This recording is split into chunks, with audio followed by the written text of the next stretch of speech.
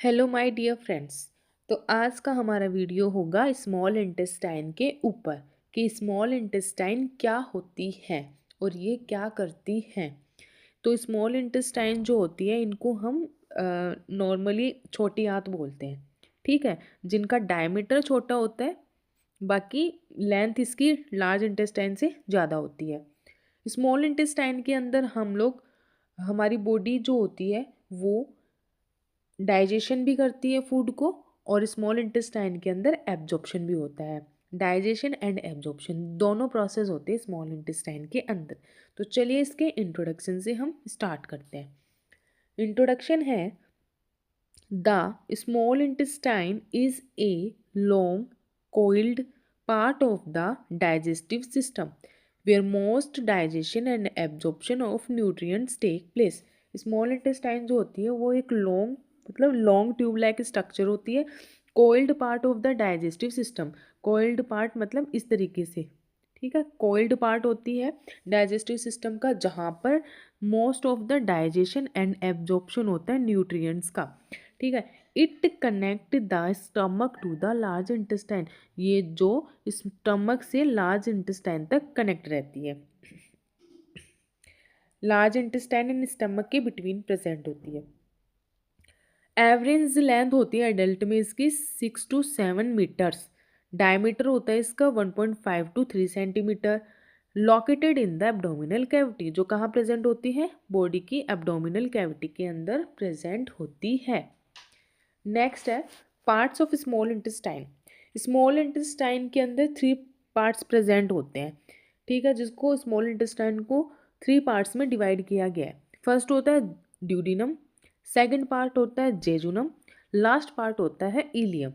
Duodenum जो होता है स्मॉल इंटेस्टाइन का फर्स्ट पार्ट होता है, जो कि stomach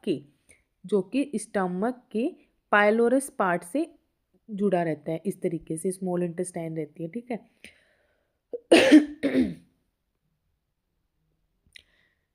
first and shortest part of small intestine, ये जो होता है फर्स्ट पार्ट होता है और शॉर्ट पार्ट होता है स्मॉल इंटेस्टाइन का, अबाउट 25 सेंटीमीटर।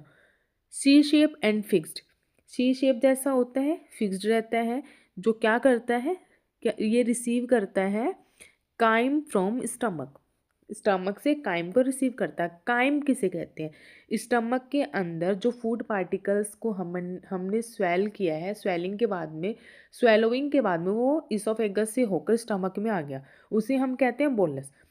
उस बोलस के अंदर गैस्ट्रिक जूसेस का मिक्स होने के बाद में वो काइम में फॉर्मेशन हो जाता है उसका, ठीक है। सॉलिड से सेमी सॉलिड मटेरियल के अंदर कन्वर्ट हो जाता है, गैस्ट्रिक जूस उसके अंदर मिक्स हो जाता है, तो उसको हम बोलते हैं काइम, जो कि स्टमक से स्मॉल इंटेस्टाइन के अंदर जाता है। बाइल फ्रॉम लीवर, और लीवर से बाइल रिसीव करती है डाइजेशन के लिए। And pancreatic juice from pancreas, और पैनक्रियाज से पैनक्रियाटिक जूस को रिसीव करती है। इसका मेन फंक्शन होता है ड्यूडिनम का केमिकल डाइजेशन, मतलब स्टमक से कायम को रिसीव किया, लीवर से बाइल को रिसीव किया, पैनक्रियाटिक जूस पैनक्रियाज से रिसीव किया, तो ये क्या कर रही है, केमिकली डाइजेशन कर रहा है ड्यूडिनम काइम का। देन सेकंड पार्ट है जेजुनम। जेजुनम जो होता है स्मॉल इंटेस्टाइन का मिडल पार्ट होता है, जो कि 2.5 मीटर होता है इसकी length. Thick wall, rich blood supply. Jejunum की जो वॉल होती है वो थिक होती है और इसके अंदर ज़्यादा अमाउंट में ब्लड सप्लाई होती है। मेन साइट होती है एब्जॉर्प्शन ऑफ न्यूट्रिएंट। जेजुनम के अंदर सबसे ज़्यादा न्यूट्रिएंट्स का एब्जॉर्प्शन होता है, मेन साइट, यहाँ पे ज़्यादा न्यूट्रिएंट्स का एब्जॉर्प्शन होता है। थर्ड पार्ट है इलियम। इलियम जो होता है ये लास्ट पार्ट होता है, अबाउट 3.5 मीटर, ठीक है। थिनर वॉल होती है इसके अंदर, स्मॉल इंटेस्टाइन के अंदर इलियम पार्ट के अंदर वॉल जो होती है वो थिन होती है, मतलब पतली होती है, और जेजुनम के अंदर थिक होती है, मोटी होती है। इलियम के अंदर क्या किस चीज़ का एब्जॉर्प्शन होता है, vitamin B12 and bile salts, इसका एब्जॉर्प्शन होता है इलियम के अंदर। और जेजुनम के अंदर न्यूट्रिएंट्स का एब्जॉर्प्शन होता है, और ड्यूडिनम पार्ट के अंदर केमिकली डाइजेशन होता है। क्लियर?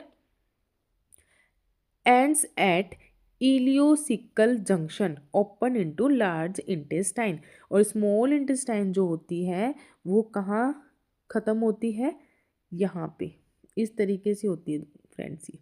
ठीक है, ये जो ऊपर मैंने बना रही हूँ ये है लार्ज इंटेस्टाइन, ये है लार्ज इंटेस्टाइन, और ये बीच में मैंने बनाया है जो कि स्टमक से जुड़ी रहती है स्मॉल इंटेस्टाइन। ठीक है, तो ये ख़त्म कहाँ होता है इलियम पार्ट, ये यहाँ पे इस जंक्शन को,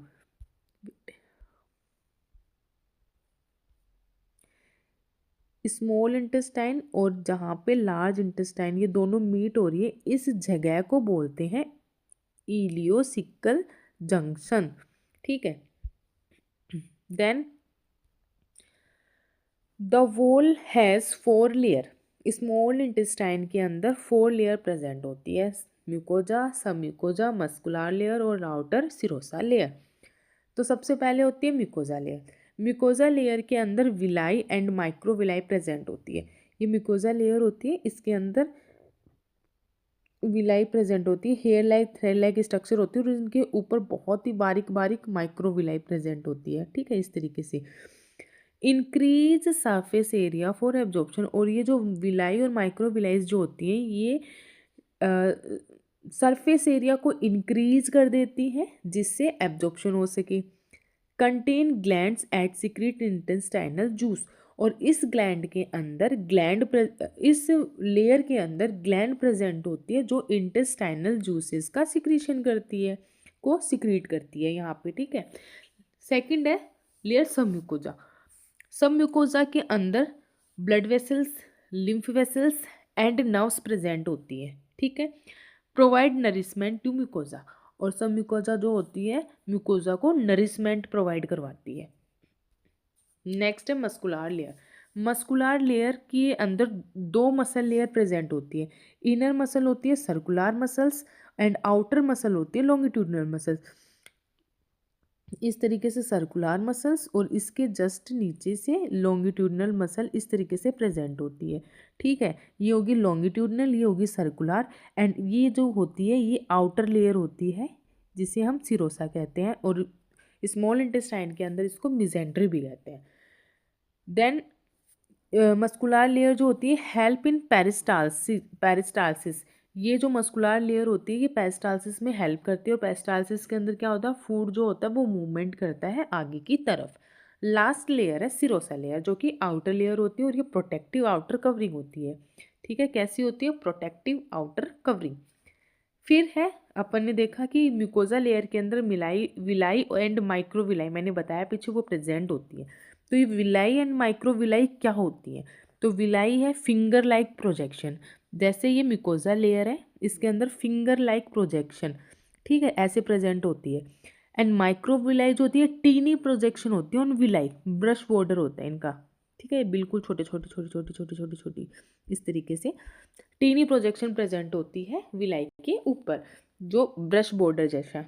ठीक है, अब ये जो विलाई और ये माइक्रो विलाई है ये क्या काम करती है, ये एब्जॉर्प्शन सरफेस एरिया को इंक्रीज कर देती है, मतलब इंटेस्टाइन स्मॉल इंटेस्टाइन के अंदर जहाँ पे एब्जॉर्प्शन होना है उसकी एरिया को बढ़ा देती है, और क्या करवाती हैं glucose, amino acid, fatty acid, vitamins, minerals का एब्जॉर्प्शन करवाती है।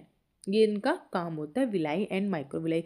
मोटे मोटे शब्दों में बोले तो विलाई एंड माइक्रोविलाई जो होती है स्मॉल इंटेस्टाइन के अंदर एब्जॉर्प्शन में हेल्प करती है। देन है डाइजेस्टिव सिक्रीशन। अब स्मॉल इंटेस्टाइन के अंदर डाइजेस्टिव सिक्रीशन भी प्रेजेंट होते हैं, इंटेस्टाइनल जूसेस, ठीक है, जो कि इंटेस्टाइनल ग्लैंड सिक्रीट करती है, स्मॉल इंटेस्टाइन में प्रेजेंट होती है, secreted by intestinal gland present होती है जो इंटेस्टाइनल जूसेस का सिक्रीशन करती है। ठीक है, कंटेन एंजाइम, इसके अंदर एंजाइम्स भी प्रेजेंट होते हैं, peptidase, disaccharidase and lipase. Peptidase enzyme जो होता है वो प्रोटीन के डाइजेशन में हेल्प करता है, एंड डाइसैकेराइडेज जो होता है कार्बोहाइड्रेट डाइजेशन में हेल्प करता है, और लाइपेज जो होता है ये फैट का डाइजेशन करता है।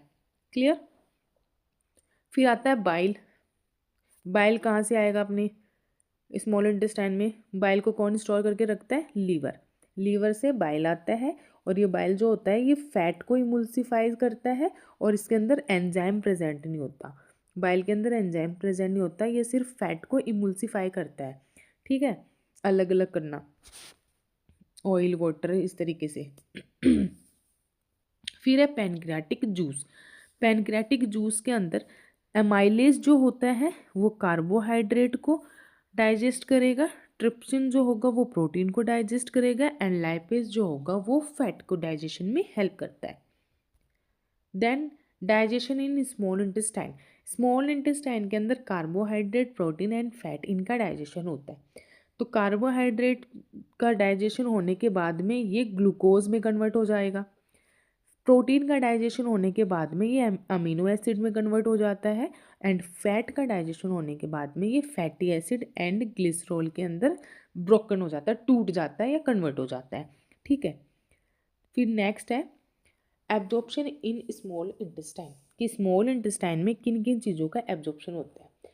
तो most absorption occur in jejunum and ileum, कि ड्यूडिनम के अंदर तो देखो डाइजेशन ही होता है, लेकिन जेजुनम और जो इलियम पार्ट है स्मॉल इंटेस्टाइन का, इसके अंदर ज़्यादा से ज़्यादा एब्जॉर्प्शन की प्रोसेस अक्कर होती है।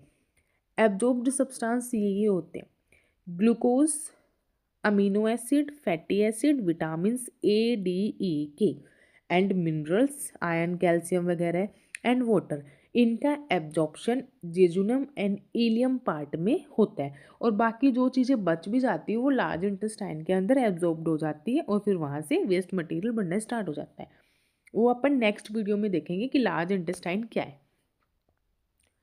फिर है मूवमेंट ऑफ स्मॉल इंटेस्टाइन। अब स्मॉल इंटेस्टाइन के अंदर मूवमेंट प्रेजेंट होते हैं, मैं पहले भी बता चुकी हूँ, पेरिस्टाल्सिस, जो कि वेव लाइक मूवमेंट होते हैं। और ये क्या करते हैं, ये फूड को आगे की तरफ फॉरवर्ड करते हैं, मूवमेंट करवाते हैं आगे की ओर।